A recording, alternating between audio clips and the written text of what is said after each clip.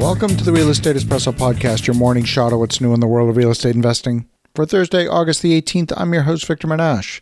On today's show, we're talking about whether we're about to experience another repeat of the 2010 and 2012 sovereign debt crises having a ripple effect through the global financial markets. There are clues of an impending crisis when you listen to the words of Christine Lagarde, head of the European Central Bank. This next crisis could also precipitate a change in foreign exchange markets.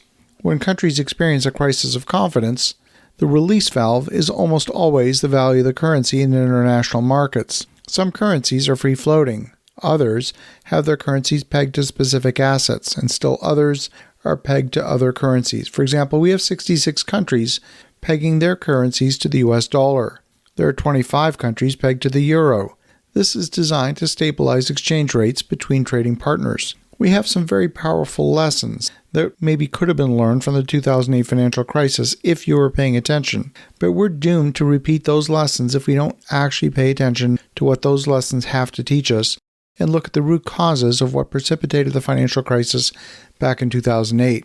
Many people think that 2008 was about subprime mortgages, but there had to have been so much more to 2008 than just subprime mortgages. Why were the banks in Ireland failing? It can't be because of some bad loans in Arizona. Europe is a funny collection of countries, each being held together through a common economic, monetary, and political system.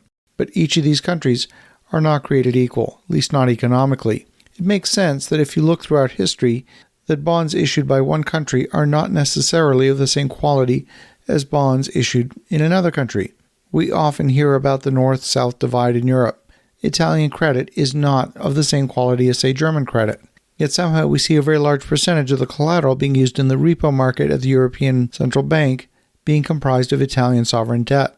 In recent months, this has peaked at 45% of all repo transactions. Christine Lagarde recently went on record stating that she has an anti-fragmentation tool at her disposal, and in recent days, she intends to use them. At the same time, the head of Germany's Bundesbank, the German central bank, has publicly stated that he is not on board with the use of anti-fragmentation tools. Today, Italy's bonds are priced almost 2.5 percentage points higher than the equivalent German bonds. In recent days, that spread is narrowed to 208 basis points, but still that's a very large spread between two countries that are both members of the European Union. It's a reflection of the market's perceived difference in the credit quality of German bonds versus Italian sovereign bonds. Even though I'm so far just talking about Italy, we could be talking about Spain, Portugal, Greece, and numerous other weaker members of the European Union. Let's not forget that the International Monetary Fund, the World Bank, and the European Central Bank did not solve the Greek sovereign debt crisis back in 2012.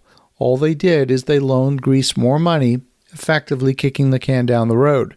They deferred the problem. They didn't solve it. They transformed the problem from an immediate problem to a larger future problem. So why is it that the third largest volume of sovereign debt traded in the repo market in the world consists of Italian bonds? Number one are U.S. Treasuries, number two are Japanese bonds, and number three are Italian bonds. It seems disproportionate.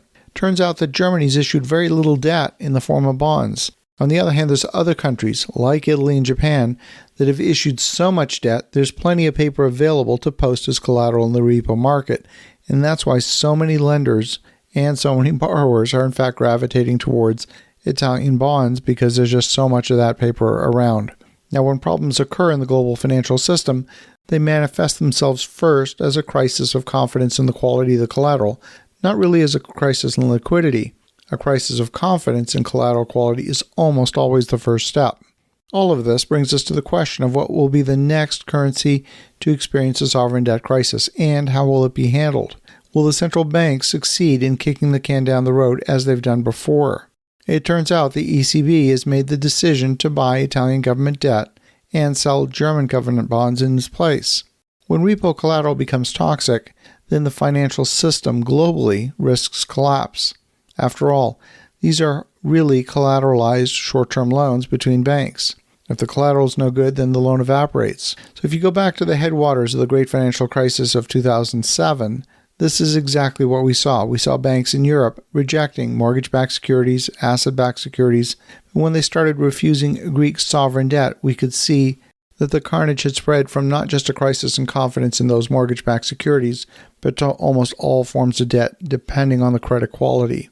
We're starting to see some of those same concerns about credit risk being raised. What will happen to the weaker European economies when energy prices skyrocket later this year? They can't print natural gas, they can't print oil, but they can sure print euros, and they can issue more euro-denominated debt. This year, 2022, is starting to look like a repeat of the sovereign debt crises of 2012 on a larger and more potent scale. I believe it's super important to pay attention to what's happening in global financial markets and in the monetary system, so you can see what's happening before it hits the headlines in the news. As you think about that, have an awesome rest of your day. Go make some great things happen. We'll talk to you again tomorrow.